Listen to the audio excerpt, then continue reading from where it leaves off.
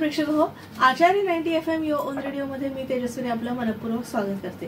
प्रेक्षक हो, उन्हाळी विशेष कार्यक्रम आम्ही तुमच्यासमोर सादर करतोय, तुमच्यासमोर घेऊन आलोय।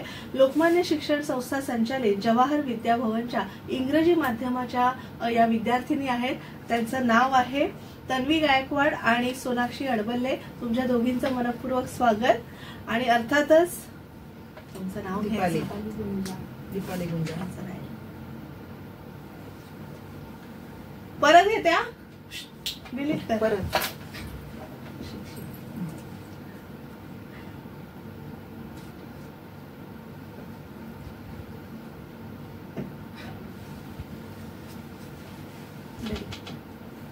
नमस्कार प्रेक्षक हो, आचार्य 90 FM यो ऑन रेडिओ मध्ये मी तेजस्विनी आपलं मनपूर्वक स्वागत करते। प्रेक्षक हो, उन्हाळी विशेष कार्यक्रम आम्ही तुमच्यासमोर सादर करतोय। त्यासाठी आपण लोकमान्य शिक्षण संस्था संचालित जवाहर विद्या भवनच्या इंग्रजी माध्यमाच्या विद्यार्थिनी आपल्यासोबत जोडल्या गेलेल्या आहेत। आपल्यासोबत आहेत तन्वी गायकवाड। तन्वी हाय, नमस्कार। आणि सोनाक्षी अडबल्ले। तुमचं दोघींचंही मनपूर्वक स्वागत। तसंच जवाहर विद्या भवनच्या इंग्रजी माध्यमाच्या शिक्षिका दीपाली गुंजाळ आपल्यासोबत आहेत। दीपाली ताई, तुमचंही मनपूर्वक स्वागत। आणि पूनम राणे मॅडम आपल्यासोबत आहेत। पूनम ताई, तुमचंही मनपूर्वक स्वागत। नमस्कार। आज या दोघींकडनं कथा आपण ऐकणार आहोतच, पण तत्पूर्वी या जवाहर विद्या भवन इंग्रजी माध्यमाचं कामकाज कसं चालतं, कसे तुम्ही शिक्षक, तुमचा शिक्षक वर्ग कसा आहे, त्याविषयी दीपाली ताई सांगते। नमस्कार, मी दीपाली अमित गुंजाळ, लोकमान्य शिक्षण संस्था संचालित जवाहर विद्या भवन इंग्रजी माध्यम माध्यमिक विभाग येथे मी गेली 6 वर्ष कार्यरत आहे। वेगवेगळ्या आमच्या मुलांचा सर्वांगीण विकास घडवण्यासाठी वेगवेगळे उपक्रम आयोजित केले जातात। जसं मॉक ड्रिल असतं, मॉक ड्रिल मुलांना फायर सेफ्टी कसं असावं त्याबद्दल मग मॉक ड्रिल दिले जातात। वेगवेगळे उपक्रम राबवले जातात। आरोग्य तपासणी केली जाते मुलांची, वेळोवेळी किशोरवयीन मुलांसाठी मार्गदर्शन असतं। गुड टच, बॅड टच या संदर्भात त्यांना माहिती दिली जाते।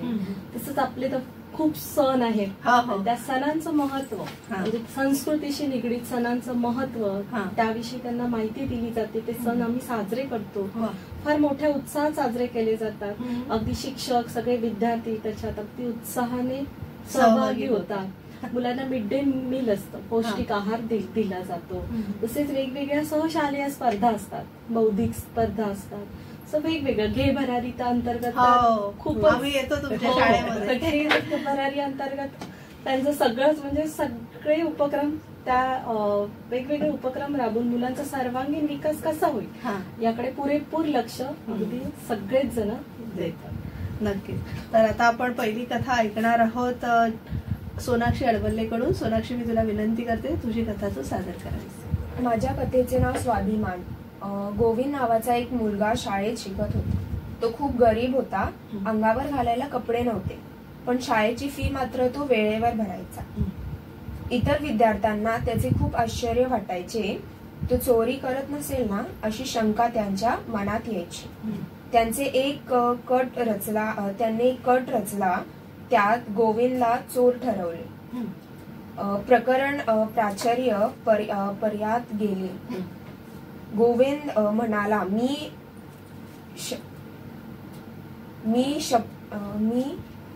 शपथपूर्वक सांगतो की मी चोरी केली नाही।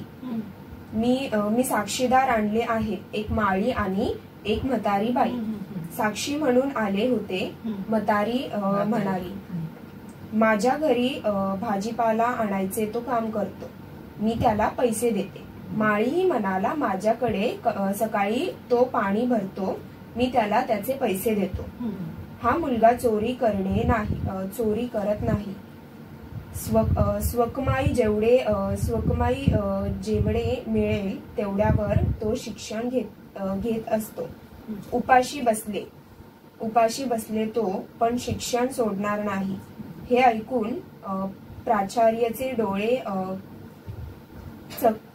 चमकले। त्यांनी गोविंदवर आरोप लावल्याबद्दल त्यांना राग आला। त्यांनी गोविंदला बोलवले आणि एक पैशाचे पाकिट त्यांच्या हातात दिले।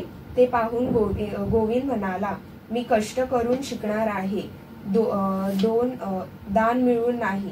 तात्पर्य: स्वाभिमान हाच माणसाचा खरा अलंकार असतो. धन्यवाद. नक्कीच, पण तू जरासं शुद्ध वाचलं असतं तर ती सगळ्यांना कथा जास्ती समजली असती. मध्ये मध्ये ती लिंक लागत नाहीये. पण ठीक आहे, पुढच्या वेळी येशील तेव्हा खूप छान कथा सादर करशील. मध्ये मध्ये शब्द जे शपथपूर्वक आहेत किंवा जे आपले उच्चार आपण शाळेत मुद्दाम तेच शिकतो की आपली भाषा स्वच्छ पाहिजे, शुद्ध पाहिजे, जेणेकरून ऐकणाऱ्यालाही ते रंजक वाटली पाहिजे कथा ऐकताना. ठीक आहे, आता तन्वीला मी विनंती करते, तू तुझी कथा सादर कर. माझ्या कथाचं नाव आहे सिंहाने केलेली उपकाराची परतफेड. एक दिवशी एक जंगल होतं. त्या जंगलामध्ये एक सिंह राहत होता. तो फार मोठा होता व शक्तिशाली होता. एक दिवशी एक व्यक्ती त्या जंगलाच्या इथून जात होता. तेव्हा त्याला एका सिंहाचा आवाज ऐकू येतो. पण तो विचार करतो, इतर वेळेस हा फार वेगळा आवाज काढतो, आज फार वेगळा ऐकू येतोय. म्हणून तो थोडीशी हिंमत करून तिकडे जातो. तो पाहतो सिंह फारच शांत बसलेला असतो. मग तो आणखीन हिंमत करून जवळ जातो. त्याला वाटतं की त्याला पाहून असं वाटतंय की तो मदतीची हाक करतो. मग तो आणखीन जवळ जाऊन मग तो विचार करतो, अरे हा तर मला काय करतच नाही. मग तो जवळ जातो आणि त्याचा पंजा आपल्या हातात घेतो. तर तो पाहतो त्याच्या पंजामध्ये एक काटा घुसला असतो. तो फारच आतपर्यंत गेला असतो. मग तो बोलतो, अरे देवा, काय रे हा एवढा मोठा सिंह, याची जणू जंगलातल्या राजाची काय रे ही दशा. मग तो त्याचा काटा काढतो. मग त्याने त्याला आराम भेटतो. मग तो आपल्या कपड्यातला थोडासा कपडा काढून त्याच्या पायाला बांधतो आणि अलगदपैकी पाय खाली ठेवतो. जाताना त्याला असं वाटतंय, जसं तो सांगतोय की मित्रा, तुझ्या उपकाराची मी परतफेड नक्कीच करेल. नंतर तो आपल्या गावी पोचतो. गावी पोचल्यावर त्यांच्या इथे एक राजा असतो. तो त्यांच्या प्रजेवरती फार अत्याचार करतो. त्यांना मारधोड करतो, त्यांना जेवण नव्हतं, त्यांच्यावर फार अत्याचार व्हायचे. मग तो बोलला, आपण लोक सगळे जाऊन राजाच्या विरुद्ध बोलू. पण त्यांच्यात कोणाची इतकी हिंमत नव्हती की राजाच्या विरुद्ध जाऊन बोलायचं. मग तो एकटा जातो आणि राजाला बोलतो, राजा, तुम्ही तुमच्या प्रजेची काळजी घेतली पाहिजे ना. मग राजा फारच क्रोधित होतात आणि त्याला बोलतात, त्यांना शिपाईला बोलतात, त्याला आत्ताच्या आत्ता जेलमध्ये टाक. नंतर राजा विचार करतात, आता जर मी याला असं सोडलं तर पुढे जाऊन आणखीन लोक माझ्या विरुद्धात बोलतील. याला काहीतरी कठोर शिक्षा केली पाहिजे, जेणेकरून पुढे जाऊन कोणच माझ्या विरुद्धात येणार नाही. मग राजा त्यांच्या शिपाईला आदेश देतात, आपल्या जंगलातला सगळ्यात भुकेला सिंह त्याला घेऊन या. ह्या दोघांना मी एकत्र सोडणार. जर हा लढला तर जगेल किंवा सिंह त्याला खाऊन घेईल.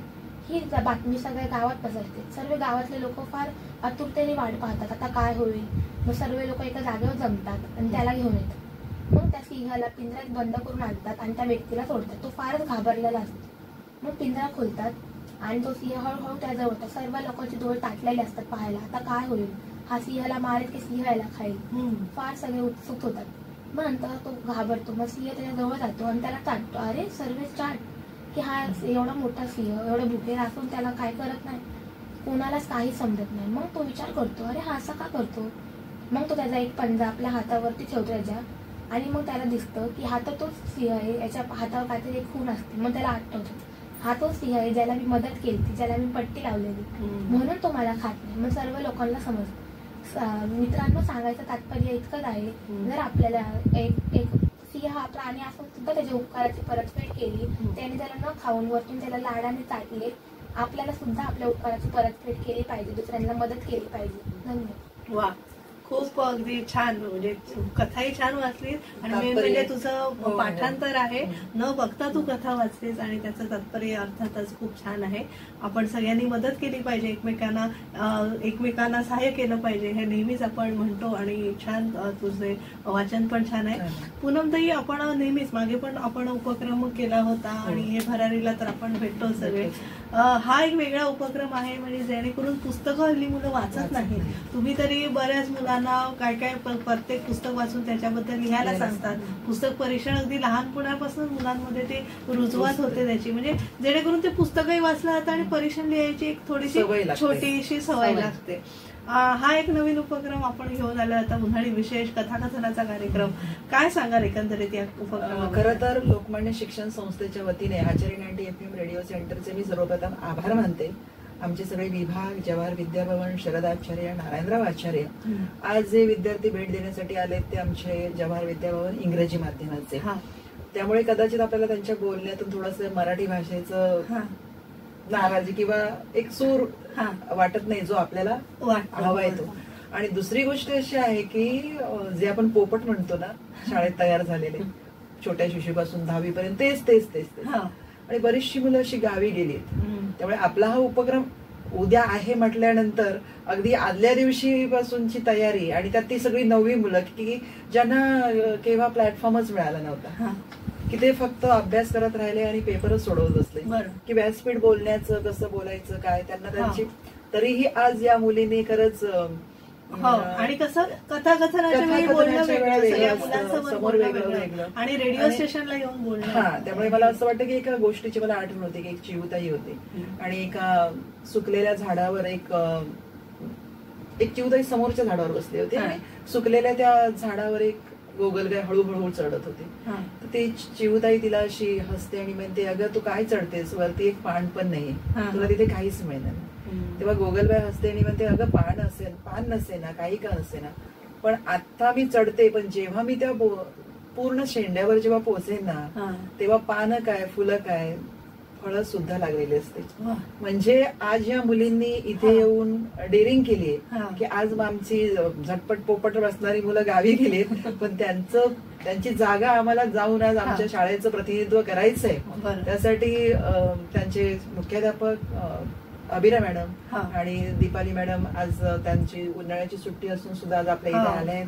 म्हणजे मॅडम तसं सांगायला गेलं आमचे सगळे शिक्षक क्रियाशील आहेत, उपक्रमशील आहेत आणि संस्थेचा सुद्धा आमच्यावर दबाव नाहीये की जी चांगली गोष्ट तुम्ही करताय, कोणतीही चांगली गोष्ट त्यासाठी प्राधान्य आहे. विविध उपक्रम, मुलांच्या सुप्त गुणांचं प्रकटीकरण व्हावं यासाठी नेहमीच आमची संस्था यासाठी कार्यरत असते. आजही जेव्हा तुमचा निरोप आम्हाला मिळाला, ताबडतोब एका दिवसामध्ये आमची ही मुलं, ते शिक्षक, त्यांना आणणारे पालक, विशेषतः पालक, आणि म्हणून पालकांचे सुद्धा मी आभार मानते. आणि तुम्ही आपला वेळ देऊन आमच्या मुलांसाठी एक मी म्हणेन की 50% काम अशा प्रकारच्या सेंटर मधून विद्यार्थ्यांचे सुप्त गुण नक्कीच बाहेर डोकावत असतात आणि त्यासाठी तुमचे सुद्धा धन्यवाद.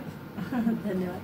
तर प्रेक्षक हो, आज आपण लोकमान्य शिक्षण संस्थेच्या जवाहर विद्याभवनच्या इंग्रजी माध्यमातल्या विद्यार्थिनींकडनं कथा ऐकली. विशेष आहे, इंग्रजी माध्यमातल्या विद्यार्थिनी असूनही त्यांनी मराठी कथा म्हणजे मातृभाषेला प्राधान्य दिलं आणि मराठीतून कथाकथन केलं. प्रेक्षक हो, आमचा हा कार्यक्रम तुम्हाला नक्कीच आवडला असेल तर आम्हाला कमेंट बॉक्समध्ये कमेंट करून नक्की कळवा. आणि मी दीपाली ताईंचे आभार मानते. दीपाली गुंजाळ या शिक्षिका आहेत जवाहर विद्याभवन इंग्रजी माध्यममध्ये. तसंच पूनमताई तुमचंही मनपूर्वक आभार. आणि या छोट्या विद्यार्थिनी तन्वी आणि सोनाक्षी तुमचेही दोघांचे आभार. प्रेक्षक पुन्हा भेटूया पुढील कार्यक्रमात. तोवर मी तेजस्विनी आपला निरोप घेते. धन्यवाद.